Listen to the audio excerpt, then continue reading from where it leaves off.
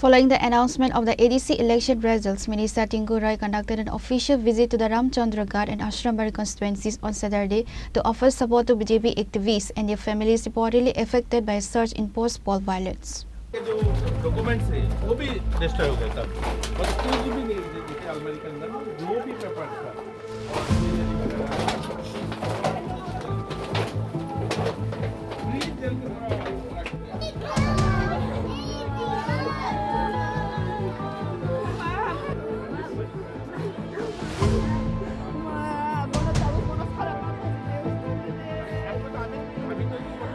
The visit comes in response to allegations that miscreants have been systematically targeting BJP functionaries since the conclusion of the vote counting process.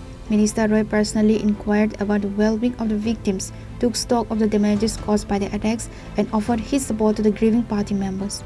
During his visit, the minister condemned the post-poll violence and assured the activists that the administration would take the necessary steps to ensure their safety and hold those responsible for the lawlessness accountable.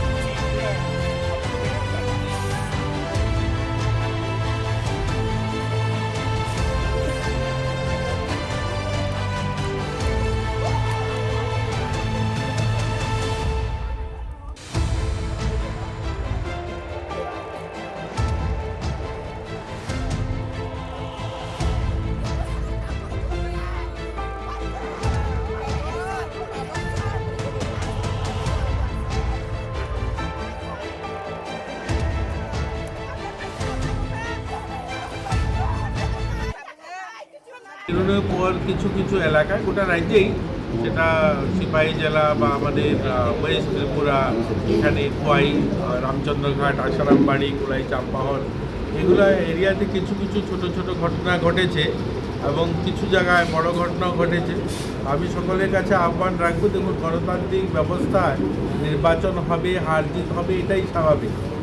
আর আমরা রাজ্যের উন্নয়নের স্বার্থে যারা আজকে জিতেছে তারাও এই রাজ্যের উন্নয়নের কথা বলছে, আমরাও রাজ্যের উন্নয়নের কথা বলছি, আমরাও ত্রিপ্রাসাদের ভালো করার জন্য কথা বলছি।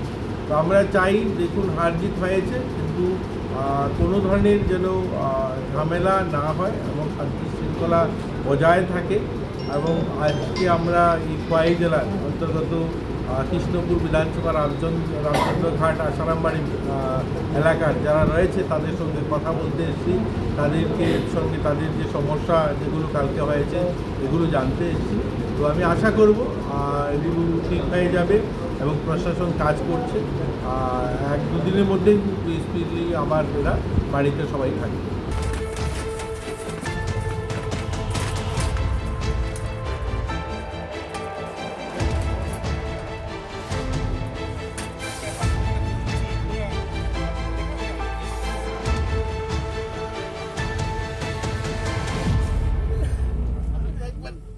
Bureau Report, Chini Khorang.